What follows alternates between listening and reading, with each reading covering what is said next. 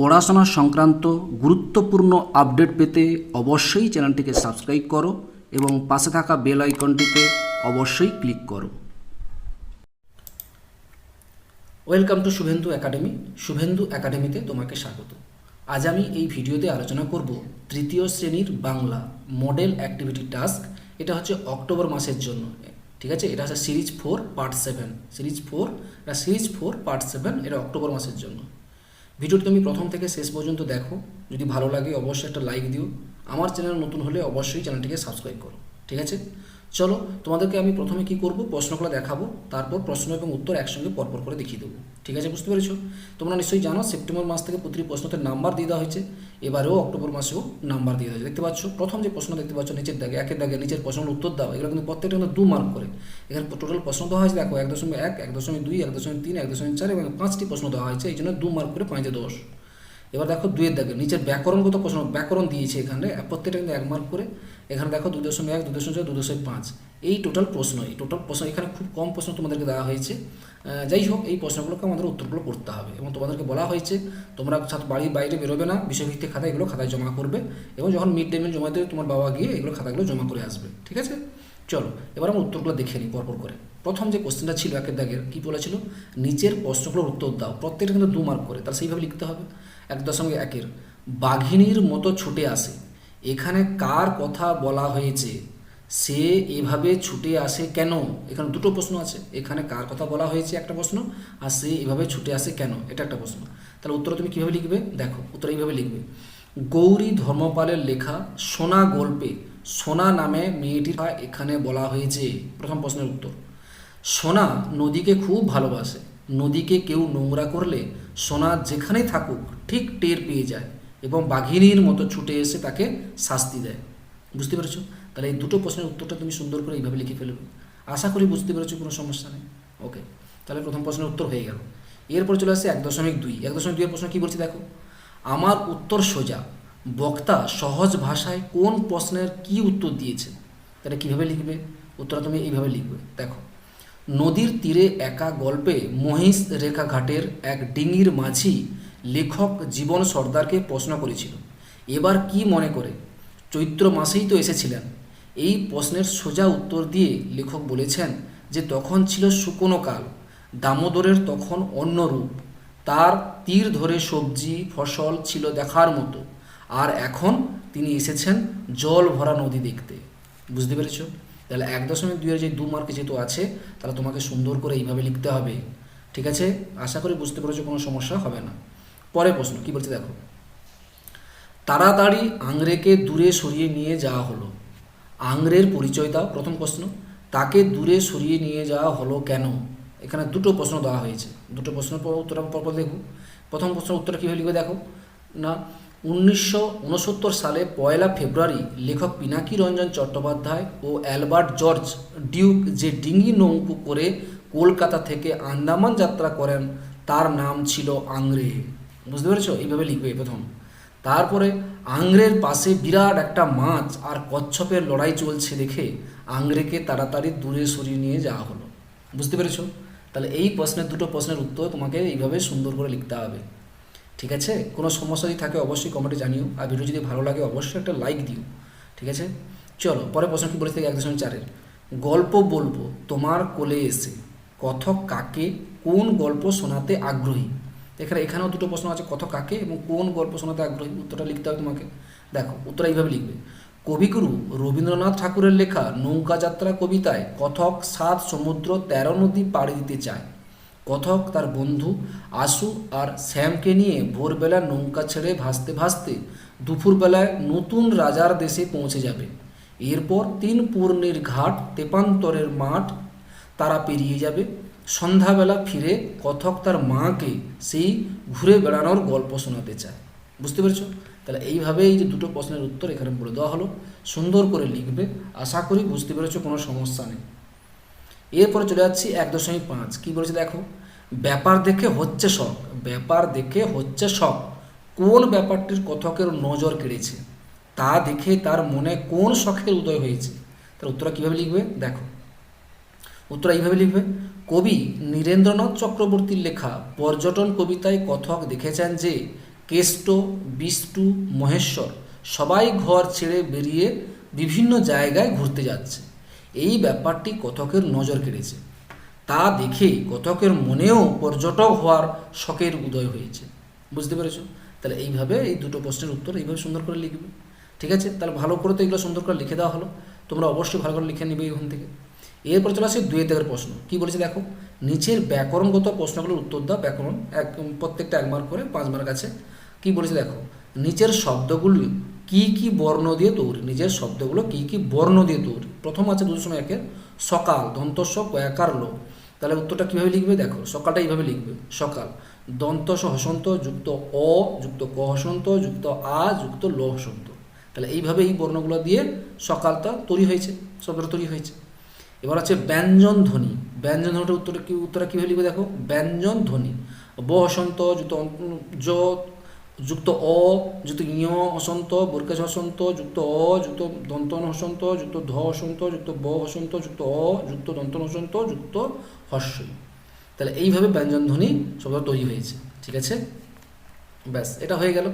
এরপর চলে আসছি 2.3-এ স্বর চিহ্ন। স্বর চিহ্ন উত্তর কীভাবে লিখবে? স্বর চিহ্ন এইভাবে লিখবে, দন্তস্ব হসন্ত যুক্ত ব হসন্ত যুক্ত অ যুক্ত র হসন্ত যুক্ত অ যুক্ত চ হসন্ত যুক্ত হস্যই যুক্ত হ হসন্ত যুক্ত দন্তন হসন্ত যুক্ত অ। তাহলে স্বর চিহ্নটা এইভাবে সুন্দর করে লিখে ফেলবে। ঠিক আছে, এবার চলে আসি 2.4-এর কি হচ্ছে ব্ল্যাক বোর্ড। ব্ল্যাক বোর্ড উত্তরে কীভাবে লিখবে দেখো, ব্ল্যাক বোর্ডটা বয় হসন্ত যুক্ত লয় হসন্ত যুক্ত হসন্ত যুক্ত আ যুক্ত ক হসন্ত যুক্ত ব হসন্ত যুক্ত ও যুক্ত র হসন্ত যুক্ত ড। ঠিক আছে, বুঝতে পেরেছো? তাহলে এইভাবে সুন্দর করে এই ব্ল্যাক বোর্ডটা শুধুগুলো এইভাবে লিখে ফেলবে। আর শেষে আছে 2.5 অনর্গল। অনর্গলটা কীভাবে লিখবে দেখো, অনর্গল অ যুক্ত দন্তন হসন্ত যুক্ত অন্তস্থ যুক্ত র হসন্ত যুক্ত গ হসন্ত যুক্ত অ যুক্ত ল হসন্ত। বুঝতে পেরেছো? তাহলে এইভাবে পুরো সুন্দর করে লিখে ফেলবে। খুবই সোজা, কম প্রশ্ন ছিল, তোমাদের উত্তরগুলো এইভাবে সুন্দর করে লিখে দেওয়া হলো। যাই হোক, তোমাদের এই ভিডিওটা কেমন লাগলো অবশ্যই কমেন্টে জানিও। ভিডিও যদি ভালো লাগে অবশ্যই একটা লাইক দিও। ভালো থাকো, সুস্থ থাকো, ধন্যবাদ।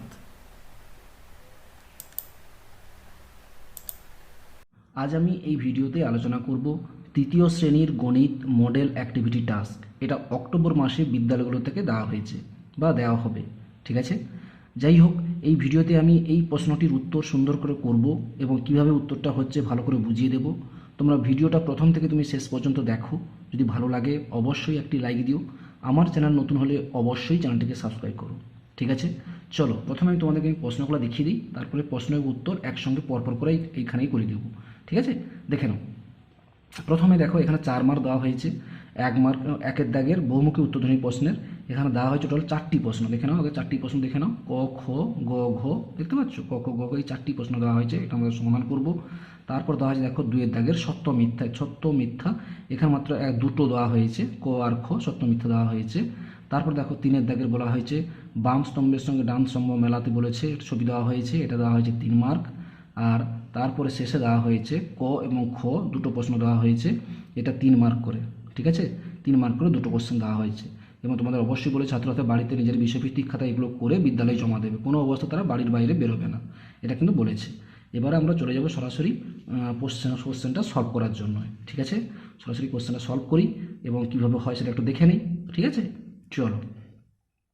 প্রথম দেখো একটা দাগে কোশ্চেন কি বলেছে, বহুমুখী উত্তরধ্বনি প্রশ্ন। 1 দাগে 28 গুণিতক 5 গুণ ফলে এককের ঘরের অঙ্কটি হলো 8 2 5 0। তাহলে 28কে আমি 5 দিয়ে গুণ করি। গুণ করো, তো আমি এখানে গুণ করছি, একটু দেখে নাও। 28-এর সঙ্গে 5 গুণ করো, এইখানে 5 গুণ করছি। 5 8 40-এর 0 হাতে রইল 4, 5 2 10, 11 12 13 14, 140। তাহলে আমরা এই গুণফলকে এককে বলেছি, এককের ঘরে অঙ্কটি কত? এটা হচ্ছে একক, এটা হচ্ছে দশক, এটা হচ্ছে শতক। তাহলে এককের ঘরে কত আছে না, এককের ঘরে দেখতে পাচ্ছি 0 হচ্ছে। তাহলে উত্তরটা কোনটা হবে? উত্তরটা হবে ডি। তাহলে তুমি খাতায় কি লিখবে না, 28 গুণিতক 5 গুণ ফলে এককের ঘরের অঙ্কটি হলো ডি 0। কী করে হচ্ছে তুমি ডান পাশে এটা লিখে দেবে যে 28 গুণিতক 5 সমান এটা একক ঘরে হচ্ছে 0, এইভাবে করবে। বুঝতে পেরেছো? আশা করি নিশ্চয়ই বুঝতে পেরেছো, কোনো সমস্যা নেই। আচ্ছা, তারপরে দেখো 55 ভাজিতক 5 সমান বলেছে 33 যুক্ত 3, 33 বিয়োগ 3, 33 গুণিতক 3, 33/3। দেখো 55কে 5 দিয়ে যদি ভাগ করো, আমি এখানে ভাগ করছি, দেখো তুমি বুঝতে পারবে ভালো করে। 55কে আমি যদি 5 দিয়ে ভাগ করি কত হয়, 5 একে 5, ঠিক আছে, বিয়োগ করলাম, এখানে আবার 5 নামলো, আবার 5 একে 5, তাহলে আমার কত হলো, 11 হলো। আচ্ছা, তাহলে এটা কি থেকে 33-এর সঙ্গে 3 যোগ, 33-এর সঙ্গে 3 যোগ করলে কত হচ্ছে, 36 হচ্ছে, এটা বাদ। 33-এর সঙ্গে 3 বিয়োগ করছি, 33-এর সঙ্গে 3 বিয়োগ করলে কত হবে, 30 হচ্ছে, এটাও বাদ। 33-এর সঙ্গে 3 গুণ করলাম, 33 গুণ করলে তো বাড়বে, 3 3 9 99, 33-এর সঙ্গে 3 গুণ করলে হচ্ছে 99, এটাও বাদ। এবার 33-কে 3 দিয়ে ভাগ করছি, 33-কে 3 দিয়ে ভাগ করলো, দেখি ভাগ করি, 33-কে যদি আমি 3 দিয়ে ভাগ করি, এটাও দেখতে পাচ্ছি 3 একে 3, এবার বিয়োগ, আবার 3 নামলো, 3 একে 3, ঠিক আছে, তাহলে এখানেও 0, তাহলে এখানেও দেখতে পাচ্ছি 11 হচ্ছে। তাহলে উত্তরটা নিশ্চয়ই বুঝতে পেরেছো, ক্ষয়ের দাগের উত্তরটা কোনটা হবে না ডি, 55/5 সমান হবে 33/3। ঠিক আছে, বুঝতে পেরেছো, বেশ, হয়ে গেল, ক খ হয়ে গেল। এবার চলেছে গয়ের দাগে, কি বলছে দেখো, একটা ছবি দেওয়া আছে, দেখতে পাচ্ছ এই ছবি দেওয়া আছে, বলেছে চিত্রটিতে সরল রেখাংশ আছে। সরল রেখাংশ কোনটা নিশ্চয়ই জানো, না সরল রেখাংশ হচ্ছে একটা নির্দিষ্ট লাইন, বুঝতে পেরেছো, সরল রেখাংশ হচ্ছে একটা নির্দিষ্ট লাইন, কীরকম, এই ধরনের একটা এটা সরলরেখা, এটা হচ্ছে সরল রেখাংশ। আর সরলরেখা কোনটা, যদি দুদিকে তীর চিহ্ন থাকে, এদিকেও তীর চিহ্ন এদিকেও তীর চিহ্ন, তাহলে এটা হচ্ছে সরল রেখা। আর এইটুকু যখন হচ্ছে সেটাই হচ্ছে কি রেখাংশ। আর এখানে তোমাকে বলা হয়েছে সরল রেখাংশ। এই ছবিটাতে কতগুলো সরল রেখাংশ আছে দেখো, দেখাচ্ছি, এটা একটা, ঠিক আছে, এটা একটা, দুটো, এটা তিনটে, এটা একটা চারটে, এইখান থেকে দেখো এইখান থেকে যদি এটা নেই, এটা একটা 5টা, এইখান থেকে এটা একটা 6টা, এইখান থেকে যদি এটা একটা নেই 7টা, আর এইখান থেকে এটা যদি একটা নেই 8টা, টোটাল কিন্তু আছে 8টা। ঠিক আছে, তাহলে উত্তরটা কতগুলো হবে, 8টা, বি, উত্তরটা হবে 8টি। তুমি দেখে নাও, তুমি যদি ভালো করে যদি আর কোথাও বেশি পাও তাহলে দেখে নিতে পারো। এইভাবে সুন্দর করে যত সরলরেখাংশ হচ্ছে এইগুলো, এটাই হচ্ছে সূত্রটা, 8টি হবে। ঠিক আছে, এই ছবিটিতে সরলরেখাংশের সংখ্যা কতগুলো, 8টি। ঠিক আছে, ব্যাস। পরের কোশ্চেন কি বলেছে দেখে নিই। পরের কোশ্চেন বলেছে 19/3, 19কে 3 দিয়ে ভাগ করতে বলেছে, ভাগটিতে ভাজক হলো, তাহলে যেটা দিয়ে ভাগ করছি, যাকে মানে যেটা দিয়ে আমি ভাগ করছি, ঠিক আছে, তাহলে ভাজক কোনটা, তা ভাজক হচ্ছে 3, আর 19টা হচ্ছে কি ভাজ্য, 19টা হচ্ছে ভাজ্য, আর 3টা হচ্ছে ভাজক। তাহলে এখানে চাইছে কি ভাগটিতে ভাজক কত, ভাগ হচ্ছে 3, তাহলে এই 3 কোথায় আছে, এই যে গো, এটা খুব সোজা, এবার উত্তরটা হবে 3, তো 19-3 ভাগ করলে ভাজক হচ্ছে 3, বুঝতে পেরেছ, ওকে। পরে কোশ্চেন 2-এর দাগে সত্য মিথ্যা করতে বলেছে, সত্য মিথ্যা করি, কি বলেছে দেখো, বলেছে 6 × 4 সমান 18 + 6, দেখো 6-এর সঙ্গে 4 গুণ করো, 6-এর সঙ্গে 4 গুণ করলে কত হবে, 6 4 24, তাই তো, 6 4 24, আর এদিকে দেখো 18-এর সঙ্গে 6 যোগ করলে কত হবে, 18 19 20 21 22 23 24, তাহলে দুজনের সমান আছে, এদিকেও 6 4 গুণ করলে 24 হচ্ছে, আর 18-এর সঙ্গে 6 যোগ করলেও 24 হচ্ছে, তাহলে এটা কি হবে, এটা সত্য, তাহলে এখানে তুমি লিখলে সত্য। নিশ্চয়ই বুঝতে পেরেছো, কোনো সমস্যা নেই, বুঝতে পেরেছো, 6 4 এদিকে দেখো 6 4 গুণ করলে কত 24 সমান, এদিকে 8-এর সঙ্গে 6 যোগ করলে কত হচ্ছে 24, তাহলে দুটোই সমান, তো ঠিকই তো আছে, তার জন্য এটা হচ্ছে কত সত্য। ঠিক আছে, এটা হচ্ছে সত্য। তারপরটা দেখো 7 + 7 + 7 + 7, তাই কতগুলো 7 আছে না 4টি 7 আছে, তাই তো, তাহলে 4টি 7 কী করতে হবে না 7-এর সঙ্গে 4 গুণ করতে হতো, কিন্তু এখানে আছে কি ভাগ, ঠিক আছে, 7-এর সঙ্গে 4 ভাগ আছে, তাহলে এখানে কিন্তু গুণ করতে হয়, 4টা 7-এ যখন যোগফলগুলো একই সংখ্যা থাকে তাদের কি করতে হয়, গুণ করে দিলেই উত্তরটা বেরিয়ে যায়, ভাগ করলে নয়, তাহলে এখানে যেহেতু ভাগ আছে এটা হবে না, 4টা 7 আছে হতো মানে 7 × 4 হতো, ঠিক আছে, এখানে আছে ভাগ, তাহলে এটা হবে কি মিথ্যা, তাই আমি এখানে লিখলে কি মিথ্যা। ঠিক আছে, তাহলে হয়ে গেল 2 দাগে সত্য মিথ্যা কমপ্লিট হয়ে গেল। এবার আমরা চলে আসি 3-এর দাগে। 3 দাগে কী বলছি দেখো, বাম দিকের সঙ্গে ডান দিক মেলাম, যে কোনো 3টি, খ আয়তকার চিত্র, ত্রিভুজাকার চিত্র, বৃত্তাকার চিত্র, বর্গাকার চিত্র। তোমরা নিশ্চয়ই জানো বর্গক্ষেত্রে কি হয়, 4টি প্রথম আয়তক্ষেত্রে কি দৈর্ঘ্যপ্রস্থ আছে, এখানে দৈর্ঘ্যপ্রস্থ আছে, এই যে দেখো এটা হচ্ছে বড়, যেটা বড় হয় সেটা হচ্ছে দৈর্ঘ্য, তার থেকে একটু ছোট হলে সেটা হয় প্রস্থ, তাহলে এটা হচ্ছে দৈর্ঘ্য আর এটা হচ্ছে প্রস্থ। ঠিক আছে, তাহলে আয়তকার চিত্র হচ্ছে এইটা, তাহলে তুমি লাইনটা টেনে দাও এইভাবে, এটা হচ্ছে আয়তকার চিত্র। আর ত্রিভুজাকার, যে যার 3টি বাহু আছে, সেটাই হচ্ছে ত্রিভুজাকার। ত্রিভুজ দেখতে পাচ্ছি যে এইটাই 3টি আছে, তাই ত্রিভুজাকার হচ্ছে এটা। ঠিক আছে, বৃত্ত, তুমি জানো গোলটাই হচ্ছে বৃত্ত, তাহলে এটাই হচ্ছে এইদিকে তার চিহ্ন দিয়ে দাও, এটা হচ্ছে বৃত্ত। আর বর্গাকার মানে হচ্ছে 4টা চারদিকে বাহু সমান, মানে দৈর্ঘ্য যা প্রস্থ, দৈর্ঘ্য প্রস্থ সমান হলে সেটাই হচ্ছে বর্গাকার, তাহলে এই যে বর্গাকার এটা হচ্ছে এটা। বুঝতে পেরেছো? তাহলে এইভাবে সুন্দর করে এটা 3-এর দাগেরটা ভালো করে করে ফেলবে। আশা করি বুঝতে পেরেছো, কোনো সমস্যা নেই। ঠিক আছে, বোঝা গেছে নিশ্চয়ই। চলো এবার চলে যাচ্ছি পরেরটায়, কয়ে কী বলেছে দেখো, ভাষার অঙ্ক বলেছে। ঠিক আছে, ভাষার অঙ্ক বলেছে, কয়েকটা কী বলেছে না, প্রিয়ার কাছে 206টি স্ট্যাম্প আছে। প্রিয়ার কাছে কতগুলো আছে না, 206টি স্ট্যাম্প আছে। খাতার 2টি পাতায় সমানভাবে ভাগ করে লাগাবে, তাই প্রতি পাতায় কয়টি স্ট্যাম্প লাগবে। এখানে কোশ্চেনের মধ্যেই তোমাকে উত্তর বলে দেওয়া আছে। তাহলে কী করতে হবে না, প্রিয়ার কাছে 206টি স্ট্যাম্প আছে, খাতায় 2টি পাতায় সমানভাবে ভাগ করে, খাতায় 2টি পাতায় করতে বলে সমানভাবে ভাগ করতে, তাহলে কী করতে হবে, ভাগই করতে হবে। তো ভাগ করলে এবার প্রতি পাতায় কতগুলো আছে পেয়ে যাব। ঠিক আছে, তাহলে কীভাবে ভাগ করবে সেটা একটু দেখে নাও তাহলে, নাকি? দেখো, দাগ নম্বর দেবে কয়ের দাগে, এখানে কয়ের দাগ দেবে, ভাগ করে কত ভাগ করবে, 206কে 2 দিয়ে। দেখো 206কে 2 দিয়ে ভাগ করবে, তো এইভাবে 206কে তুমি 2 দিয়ে ভাগ করবে। ভাগ করো কী করে, 2 1কে 2 বিয়োগ করে দাও, এখানে 0, এখানে একটা 0 নামলো, এখানে 0 নামা মানে এখানে একটা 0 হয়ে গেল। তাহলে এখানে আর কি নামলো, 6।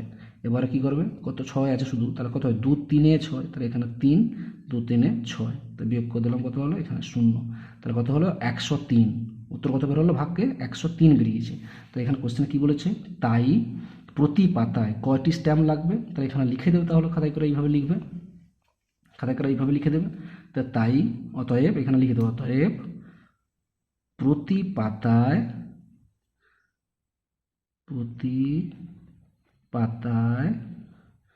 103টি স্ট্যাম্প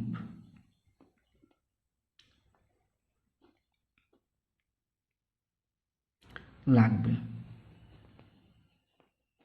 প্রতি স্ট্যাম্প লাগবে, তাই প্রতি পাতায় 103টি স্ট্যাম্প লাগবে। বুঝতে পেরেছো? তাহলে এটা খুবই সোজা, তাহলে এটা জাস্ট ভাগ করে দিলাম, উত্তরটা হয়ে গেল। আশা করি বুঝতে পেরেছো, কোনো সমস্যা নেই। ঠিক আছে, তারপর হচ্ছে ক্ষয়ের দাগেরটা। ক্ষয়ের দাগের কী বলেছে সেটা একটু দেখে নিই। ক্ষয়ের দাগেরটা বলেছে, কৃষ্ণনগরের কোনো পরিবারের প্রতিদিন 123টি পুতুল তৈরি করে।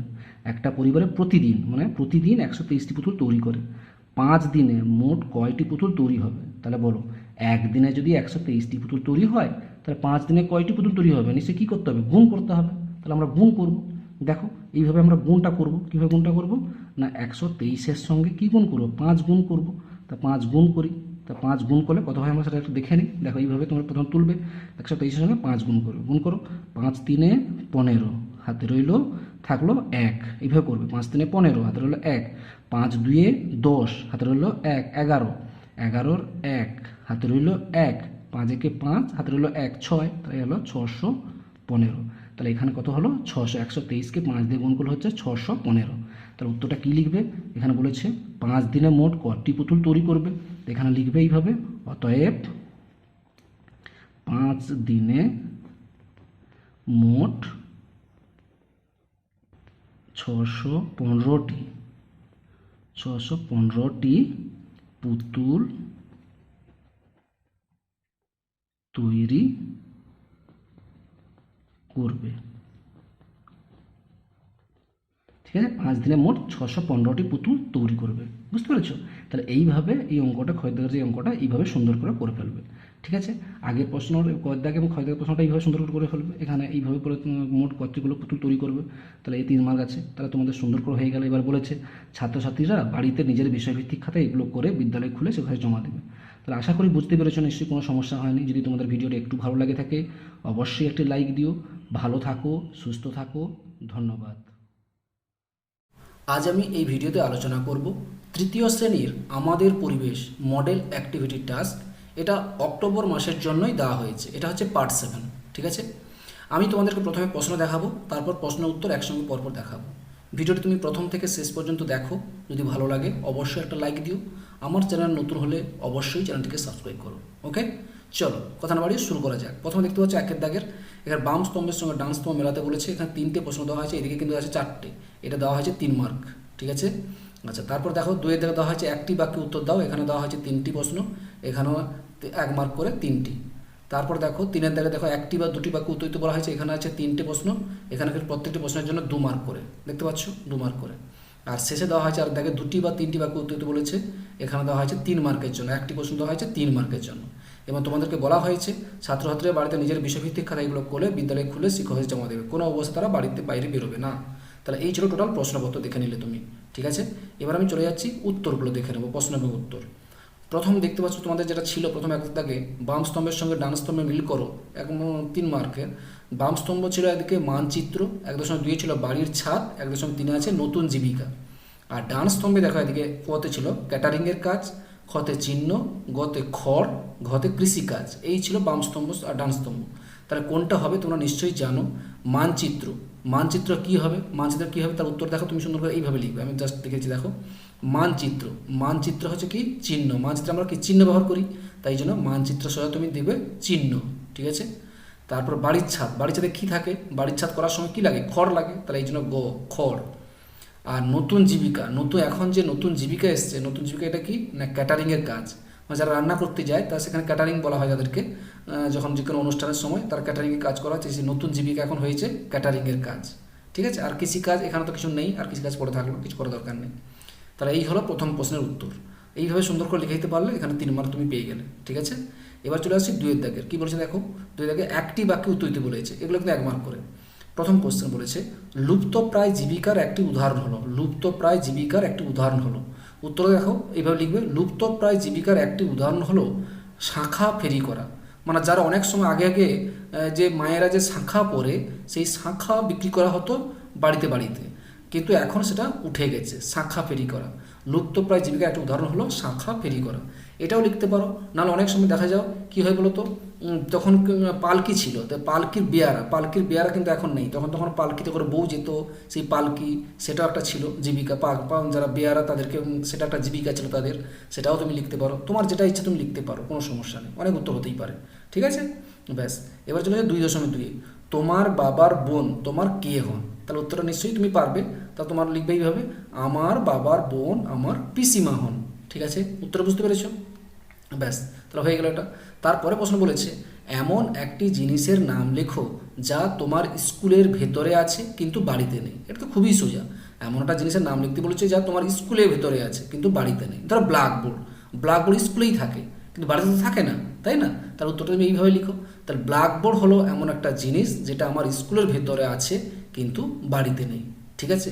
কিন্তু এখন অনলাইনের বাজারে সবার বাড়িতে নেই, যারা মাস্টারমশাই পড়ান তাদের বাড়িতেও এখন ব্ল্যাকবোর্ড আছে, ঠিক আছে।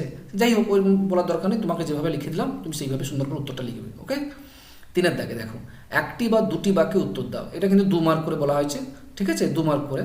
প্রথম কোশ্চেনটা কী বলেছে দেখো, নদীর পাড়ে বাড়ি থাকার একটা সুবিধা এবং একটা অসুবিধা লেখো। নদীর পাড়ে বাড়ি থাকার একটা সুবিধা লিখতে বলেছে, একটা অসুবিধা লিখতে বলেছে। দেখো উত্তর কীভাবে লিখবে, সুবিধা হচ্ছে ভালো যাতায়াত ব্যবস্থা, আর অসুবিধা কি বন্যার সমস্যা। নদীর পাড়ে বাড়ি থাকার সুবিধা হচ্ছে ভালো যাতায়াত ব্যবস্থা এবং প্রাকৃতিক দৃশ্যটা খুব ভালো। তুমি তোমার মতো করে লিখবে, এখানে ছোটো করে আমি লিখে দিয়েছি, কিন্তু তুমি তোমার মতো লিখবে। নদীর পাড়ে থাকলে সমস্ত প্রাকৃতিক জিনিসটা দেখতে খুব ভালো লাগে, তাই না। এবং যাতায়াত সুবিধা কেন না, সুবিধা হয়তো নৌকোয় করে তুমি এদিক সেদিক বিভিন্ন জায়গায় তুমি যেতে পারবে, এই জন্য যাতায়াতের সুবিধা আছে। এবং নদীর পাড় দিয়ে অনেক ভালো ভালো রাস্তা তৈরি করা হয়েছে, এখন পাড় দিয়ে অনেক দূর যেতে পারবে, এই জন্য যাতায়াত ব্যবস্থা বলা হয়েছে। আর অসুবিধা কি, যখন বন্যা হয় তখন কিন্তু সেই নদীর পাড়ে যে বাড়িগুলো থাকে সেগুলো কিন্তু আগেই ডুবে যায়, এই জন্য অসুবিধা হচ্ছে এইটা, বন্যার সমস্যা। বন্যা হলেই বা নদীর পাড়ের ঘরগুলো কি হয়, অনেক সময় নদী ভাঙনে পড়লে বাড়ি ভেঙে যায়, তাই না। নদী যখন ভাঙন হয় তখন বাড়ি ভেঙে যায়, এবার বন্যার সময় ঘর টর উড়ে মানে ভেসে চলে যায়, এইগুলো কিন্তু অসুবিধা, ঠিক আছে। তাহলে এইভাবে উত্তরটা লিখে ফেলবে। আচ্ছা, তারপরে প্রশ্ন বলেছে গরমকালে ও শীতকালে তুমি কি ধরনের পোশাক ব্যবহার করো। নিশ্চয়ই গরমকালে আমরা খুব সুতির পাতলা জামা ব্যবহার করি, আর শীতকালে নিশ্চয়ই মোটা জামা ব্যবহার করি, কোট ব্যবহার করি।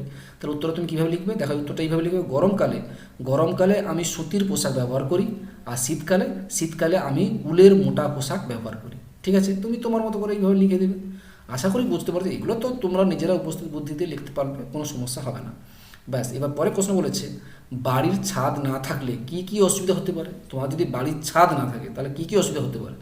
আচ্ছা, বাড়িতে না থাকলে কি অনেক অসুবিধা হতে পারে, যেমন দেখো বাড়ির ছাদ না থাকলে নিম্নলিখিত অসুবিধাগুলো হতে পারে, যেমন 1, বর্ষাকালে বাড়ির ভেতরে বৃষ্টির জল ঢুকে যাবে।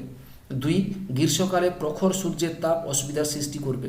3, শীতকালে ঠান্ডা বাতাস ঢুকবে।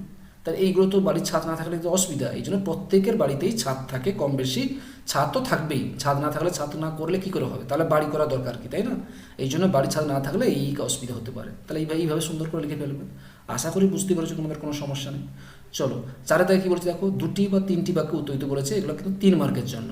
প্রথম কোশ্চেনে বলেছে 4.1 পাখিরা তাদের বাচ্চাদেরকে কিভাবে বড় করে। পাখিরা তাদের বাচ্চাদেরকে কীভাবে বড় করে, তোমরা যারা গ্রামে থাকো তারা জানো পাখিরা বাচ্চাদের কীভাবে বড় করে, সেটা তোমরা যা বলতে পারবে, এখন শহরেও দেখতে পাবে। দেখো উত্তরটা এইভাবে লিখবে, পাখিদেরও পরিবার আছে, পুরুষ ও স্ত্রী পাখি দুজনে মিলে তাদের বাচ্চাদের বড় করে, তাদের বাসাতে সারাক্ষণ তারা তাদের বাচ্চাদের নজর রাখে, সময় করে তারা বাচ্চাদের খাবার খাওয়ায়, একটু বড় হলে ওড়া শেখায়, আর তারপরে বাচ্চারা যখন উঠতে শিখে যায় তখন তারা বাসা থেকে উড়ে চলে যায়। এভাবেই পাখিরা তাদের বাচ্চাদের বড় করে। বুঝতে পেরেছো? তাহলে এইভাবে সুন্দর করে তুমি উত্তরগুলো লিখবে। আশা করি বুঝতে পেরেছো।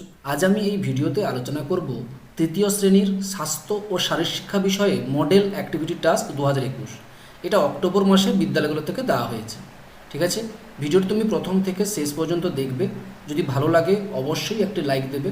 আমার চ্যানেল নতুন হলে অবশ্যই চ্যানেলটিকে সাবস্ক্রাইব করবে। ওকে, প্রথমে তোমরা নিশ্চয়ই জানো সেপ্টেম্বর মাসে যেগুলো দেওয়া হয়েছিল মডেল টাস্ক, ওখানে কিন্তু প্রতিটি বিষয়তে নাম্বার দিয়ে দেওয়া হয়েছিল। এখানেও ঠিক একই রকমভাবে নাম্বার দিয়ে দেওয়া হয়েছে প্রতিটি বিষয়ে এবং প্রতিটি প্রশ্নতে।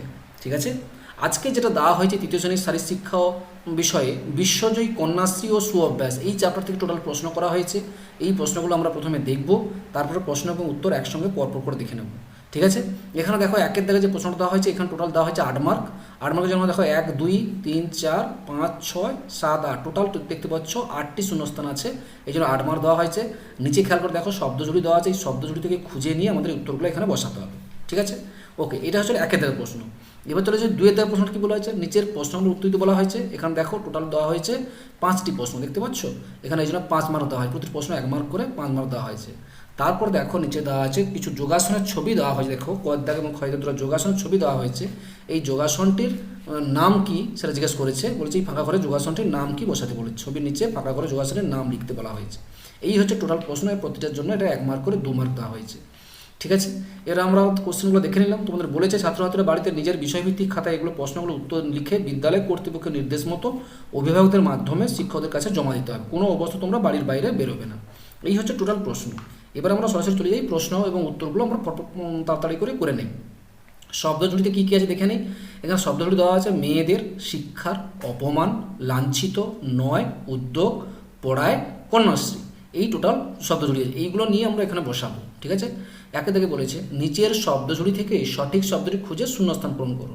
প্রথম যেটা দেওয়া আছে দেখো পথে, এই সমাজেতে মেয়েদেরও আছে স্থান, কতদিন তারা সইবে গো ড্যাশ, তারপরে কতদিন তারা শুধু হবে ড্যাশ, নিপীড়িত তারা শিক্ষায় বঞ্চিত। তাহলে এখানে কি হবে না, এইখানে উত্তরটা হবে এই সমাজেতে মেয়েদেরও আছে স্থান, কতদিন তারা সইবে গো, কি হবে এখানে হবে অপমান, এখানে কি হবে অপমান।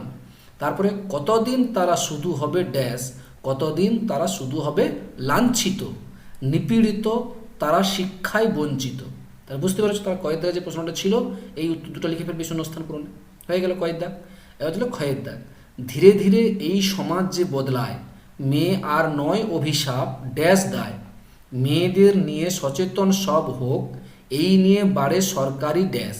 তাহলে এখানে প্রথমটা কি হবে না, ধীরে ধীরে এই সমাজ যে বদলায়, মেয়ে আর নয় অভিশাপ, এখানে কি হবে, এখানে হবে নয় দন্তনত নয় দায়, মেয়েদের নিয়ে সচেতন সব হোক, এই নিয়ে বাড়ে সরকারি উদ্যোগ। কি হবে সরকারি উদ্যোগ, এখানে নয় হবে, এখানে উদ্যোগ হবে। তারপর গয় দেখে ড্যাশ প্রতি উপেক্ষা অবহেলা, শহর ও গ্রামে চিরদিনই এক খেলা, নারী ও পুরুষে গড়ে ওঠে সংসার, মেয়েদেরও আছে ড্যাশ অধিকার। তাহলে এখানে কি হবে ড্যাশ প্রতি, এখানে কি হবে মেয়েদের প্রতি উপেক্ষা অবহেলা, শহর ও গ্রামে চিরদিনই এক খেলা, নারী ও পুরুষ গড়ে ওঠে সংসার, মেয়েদেরও আছে শিক্ষার, এখানে হবে শিক্ষার অধিকার। তাহলে এখানে হবে মেয়েদের, এখানে হবে শিক্ষার। ঘয়ের দাগে লেখায় ড্যাশ আর নয় কোনো ইতি, সরকারে তাই কত যে আইন নীতি, দিকে দিকে আজ দেখি তাই বোধোদয়, ড্যাশ যে করেছে বিশ্বজয়। তাহলে এখানে কি হবে লেখায় ড্যাশ, লেখায় পড়ায় আর নয় কোনো ইতি, সরকারে তাই কত যে আইন নীতি, দিকে দিকে আজ দেখি তাই বোধোদয় ড্যাশ, এখানে হবে কন্যাশ্রী, কন্যাশ্রী যে করেছে বিশ্বজয়। তাহলে এইখান থেকে শব্দ জুড়িগুলো থেকে আমরা বেছে বেছে এইভাবে টোটাল 8টি প্রশ্ন ছিল, 8টি প্রশ্নের উত্তর আমরা করে ফেললাম। এই জন্য এখানে আমরা কি পেয়ে গেলাম, 8 মার্ক পেয়ে গেলাম। ঠিক আছে, আশা করি বুঝতে পেরেছো, তোমাদের কোনো সমস্যা হয়নি। চলো এবার চলে যাই 2 দাগের প্রশ্নগুলো দেখতে। 2 দাগের প্রশ্নগুলো কী আছে? প্রথম প্রশ্ন বলেছে নিচের প্রশ্নগুলোর উত্তর দাও। এখানে প্রত্যেকটি প্রশ্নের জন্য 1 মার্ক আছে, তাই 1 মার্কের জন্য উত্তর করতে হবে। তাহলে দেখো প্রথম যে প্রশ্নটা আছে কতে কি আছে, বলেছে শরীরটাকে সুস্থ রাখতে তুমি প্রতিদিন কি কি সুঅভ্যাস পালন করবে। শরীরটাকে সুস্থ রাখতে তুমি প্রতিদিন কি কি সুঅভ্যাস পালন করবে। তাহলে উত্তরে তুমি কি লিখবে? উত্তর তোমাকে এইভাবে লিখবে, দেখো শরীরটাকে সুস্থ রাখতে প্রতিদিন ভোরবেলা ঘুম থেকে ওঠার পর হাত মুখ ধুয়ে ও দাঁত মেজে যোগাসন করব। এছাড়াও পরিষ্কার পরিচ্ছন্ন জামাকাপড় পরব, নিয়মিত স্নান করব, বিশুদ্ধ জল পান করব এবং পরিমাণ মতন খাবার খাবো, শাকসবজি ফলমূল ইত্যাদি খাবো। ঠিক আছে, তার এইভাবে এই প্রশ্নের উত্তরটা একটু বড় যদি মনে হয় তুমি কেটে দিতে পারো, কোনো সমস্যা নেই, তোমার মতো করে তুমি লিখতে পারো। ঠিক আছে, তাহলে এইভাবে সুন্দর করে লিখে ফেলবে। হয়ে গেল ক দাগের প্রশ্নের উত্তর। এবার চলে আসি খ দাগের প্রশ্নটা কি বলেছে দেখো, কি করলে দেহ মন সতেজ থাকে। কি করলে দেহ মন সতেজ থাকে, তাহলে উত্তরে কি লিখবে? উত্তর খুবই সোজা, উত্তর এইভাবে লিখবে যে নিয়মিত যোগাসন করলে দেহ মন সতেজ থাকে। বুঝতে পেরেছো? তাহলে এইটুকু প্রশ্নের উত্তর এইভাবে সুন্দর করে লিখে ফেললে। এবার চলে আসছি পরের দাগের গয়ের প্রশ্ন কি বলেছে, স্কুলের পরিচ্ছন্নতা কিভাবে বজায় রাখবে। স্কুলের পরিচ্ছন্নতা কীভাবে বজায় রাখবে? দেখো গয় দাগের প্রশ্নের উত্তর তোমাকে এইভাবে লিখতে হবে। কীভাবে লিখবে উত্তরটা? স্কুলের শ্রেণীকক্ষ নিয়মিত পরিষ্কার করব, যেখানে সেখানে থুতু বা ময়লা ফেলাবো না বা ফেলাতে দেব না, ময়লা ফেলতে হলে ডাস্টবিনে ফেলতে হবে। এভাবেই স্কুলের পরিচ্ছন্নতা বজায় রাখবে। আশা করি বুঝতে পেরেছো, কোনো সমস্যা নেই। তাহলে এইভাবে সুন্দর করে এই যে ক খ গ যে করলাম এই প্রশ্নের উত্তরগুলো এইভাবে সুন্দর করে লিখে ফেলবে। ঠিক আছে, ওকে। এরপর চলে আসছি 2 দাগের ঘ। 2 দাগের ঘ প্রশ্নটা কি বলেছে? বলেছে ময়লা সাফ করতে আমাদের প্রতিদিন কি করতে হবে। ময়লা সাফ করতে আমাদের প্রতিদিন কী করতে, এখানে ময়লা মানে কিসের ময়লা বোঝাচ্ছে? এমনি ময়লা না গায়ের ময়লা, কোনটা বোঝাচ্ছে? তাহলে এই জন্য আমি দুটো লিখে দিয়েছি এইভাবে। উত্তর দেখো এইভাবে লিখবে। উত্তর কীভাবে লিখবে দেখো, ময়লা সাফ করতে হলে প্রতিদিন আমাদেরকে ময়লাগুলিকে ডাস্টবিনে ফেলতে হবে এবং এরপর ভালো করে জল ঢেলে ময়লা সাফ করতে হবে।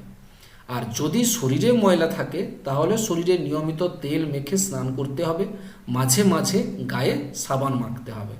বুঝতে পেরেছো? তাহলে এই ঘয় দাগের প্রশ্নের উত্তর তুমি সুন্দর করে এইভাবে লিখে ফেলবে। আশা করি বুঝতে পেরেছো, কোনো সমস্যা নেই। ঠিক আছে তো, ওকে। তাহলে আমাদের 2 দাগের ঘয়ের প্রশ্নের উত্তরটা কমপ্লিট হয়ে গেল। এবার চলে আসছি 2 দাগের পরের প্রশ্নটা, শেষ প্রশ্ন কি বলছে দেখো, বলেছে কখন কখন দাঁত মাজতে হবে। কখন কখন দাঁত মাজতে হবে নিশ্চয়ই তুমি ভালো করে জানো কখন কখন দাঁত মাজতে হবে। তাহলে এই উত্তর তুমি কী লিখবে? উত্তর এইভাবে লিখবে না, সকালে ঘুম থেকে ওঠে এবং রাতে শোয়ার আগে অবশ্যই দাঁত মাজতে হবে। এক কথা যদি বলি তোমাদেরকে বলবো যে দাঁত মাজবে কখন, আমি বলবো যখনই কোনো কিছু খাওয়া দাওয়া করবে, খাওয়া দাওয়ার পর অবশ্যই দাঁত মাজাটা উচিত। এটা আমি তো আমার তরফ থেকে তোমাদের বলা। তুমি লিখবে কি সেটা তো আমি লিখে দিয়েছি, সেটা লিখতে পারো, নাহলে তুমি তোমার মতো করে লিখতে পারো। কিন্তু তবু বলবো দাঁত পরিষ্কার রাখতে হলে অবশ্যই যে কোনো খাওয়ার পরে অবশ্যই দাঁত মাজতে হবে। বুঝতে পেরেছো? তাহলে এইভাবে সুন্দর করে এটা লেখা হয়ে গেল। এরপরে 3 দাগের শেষ বলছে নিচের যোগাসনের ভঙ্গিগুলো চিনে ছবির নিচে ফাঁকা ঘরে যোগাসনের নাম। দেখো দুটো যোগাসনের ছবি দেখতে পাচ্ছ, এগুলো প্রত্যেকটার জন্য 1 মার্ক করে 2 মার্ক দেওয়া হয়েছে। তাহলে এই যোগাসনটির নাম কি, আবার এই যোগাসনটির নাম কি, এটা লিখতে বলেছে। এই যোগাসনের নাম কি না, এই যোগাসনটির নাম হচ্ছে তুলা দণ্ডাসন। এর নাম কি? তুলা দণ্ডাসন, এই বইটার নাম। আর এই যে ছবি দেখতে পাচ্ছ এই ছবিটার নাম কি না, এই ছবিটার নাম হচ্ছে গোমুখাসন। উত্তরটা কি? গোমুখাসন। বুঝতে পেরেছো? ব্যাস এই হচ্ছে টোটাল তোমাদের প্রশ্ন ছিল এবং প্রশ্নের উত্তর আমি রেডি করে দিয়েছি। ছোট্ট বন্ধুরা, আশা করি তোমরা সবাই খুব ভালো আছো, সুস্থ আছো। দেখো আজকের আমরা অক্টোবর মাসের model activity task class 3 English নিয়ে আলোচনা করব। দেখো প্রথমে আমরা দেখে নিই পুরো প্রশ্নটা, কি কি প্রশ্ন দেওয়া আছে। প্রথমে দেখো দেওয়া আছে read the passage and answer the questions that follow. এই প্যাসেজটা পড়তে বলেছে এবং নিচের যে প্রশ্নগুলো দেওয়া আছে সেইগুলো করতে বলেছে। দেখো এবার অ্যাক্টিভিটি 1-এ 3টে প্রশ্ন দেওয়া আছে। 3টে প্রশ্ন প্রত্যেকটি 1 নাম্বার করে, মোট 3 নাম্বার। এবারে আমরা প্রশ্নগুলো দেখে নেব। তারপরে আমরা চলে আসছি অ্যাক্টিভিটি 2। অ্যাক্টিভিটি 2তে কি দিয়েছে? Fill in the blanks with information from the passage. এই যে নিচের শূন্যস্থানগুলো দেওয়া আছে, এই শূন্যস্থানগুলোকে উপরের প্যাসেজটা পড়ে সেখান থেকে তথ্য নিয়ে পূরণ করতে হবে। এটাও প্রত্যেকটা 1 নাম্বার করে, মোট 3টে দেওয়া আছে, 3 নাম্বার। এবারে দেখো অ্যাক্টিভিটি 3। অ্যাক্টিভিটি 3তে কি দিয়েছে? Make sentences with the following words. নিচের শব্দগুলো দিয়ে বাক্য রচনা করতে বলেছে। 2টো বাক্য রচনা করতে দিয়েছে, 2টোর জন্য 2 নাম্বার, তাহলে মোট 4 নম্বর। এবারে দেখো অ্যাক্টিভিটি 4-এ কি দিয়েছে? Right 4 sentences about your favourite fruit. তোমার প্রিয় ফল নিয়ে 4টে বাক্য লিখতে বলেছে। এর জন্য কত নাম্বার দিয়েছে? 5 নাম্বার। তাহলে তোমরা সবাই প্রশ্নগুলো দেখে নিলে। Students will write answers two these activity tasks in subject specific exercise books at home and submit the exercise books to respective subject teachers after schools reopen. Under no circumstance students will go out of home. চলো তাহলে এবার আমরা পুরো প্রশ্নটা দেখে নিলাম। এবারে আমরা প্রশ্নগুলোর একে একে করে উত্তর করতে থাকব। দেখো প্রথমে আমরা প্যাসেজটাকে আগে পড়ব এবং নিচের প্রশ্নগুলো দেখে তার উত্তর দেব। দেখো প্যাসেজটায় প্রথমে কি দেওয়া আছে? হোয়েন দ্য রেনস কেম, যখন বৃষ্টি এলো, Hamid heard the croaking of frogs, Hamid ব্যাঙের ডাক শুনতে পেয়েছিল। One day a frog came into their house, একদিন একটা ব্যাঙ তাদের বাড়িতে এসেছিল। Hamid caught the frog, Hamid সেই ব্যাঙটাকে ধরল। The frog was looking at him with its big red eyes, ব্যাঙটি হামিদের দিকে তার বড় বড় লাল চোখ দিয়ে তাকিয়েছিল। Hamid saw that the skin of the frog was moist, Hamid দেখেছিল যে ব্যাঙের স্কিন মানে তার চামড়াটি ছিল ময়েস্ট, ভেজা বা আর্দ্র। ইটস হাইন্ড লেগস আর always folded, its hind legs মানে ব্যাঙের পেছনের দিকে যে পাগুলো থাকে সেই পাগুলো আর অলওয়েজ ফোল্ডেড, সর্বদাই ভাঁজ করা থাকে। চলো তাহলে আমরা প্যাসেজটা পড়লাম। এবার আমরা দেখি প্রশ্নগুলো কি দিয়েছে। অ্যাক্টিভিটি 1-এ কি প্রশ্নগুলো দিয়েছে? অ্যান্সার দ্য ফলোয়িং কোশ্চেন্স, নিচের প্রশ্নগুলোর উত্তর দাও। দেখো এর দাগে কি প্রশ্ন দিয়েছে? What did Hamid hear, Hamid কি শুনেছিল? দেখো আমরা এই প্যাসেজেই পড়লাম, Hamid heard the croaking of frogs, Hamid ব্যাঙের ডাক শুনতে পেয়েছিল। তাহলে এই প্রশ্নটার কি উত্তর হবে? Hamid heard the croaking of frogs হয়ে গেল। এবারে দেখো বিদ্যাগে দিয়েছে how was the skin of the frog, ব্যাঙের চামড়াটি কেমন ছিল?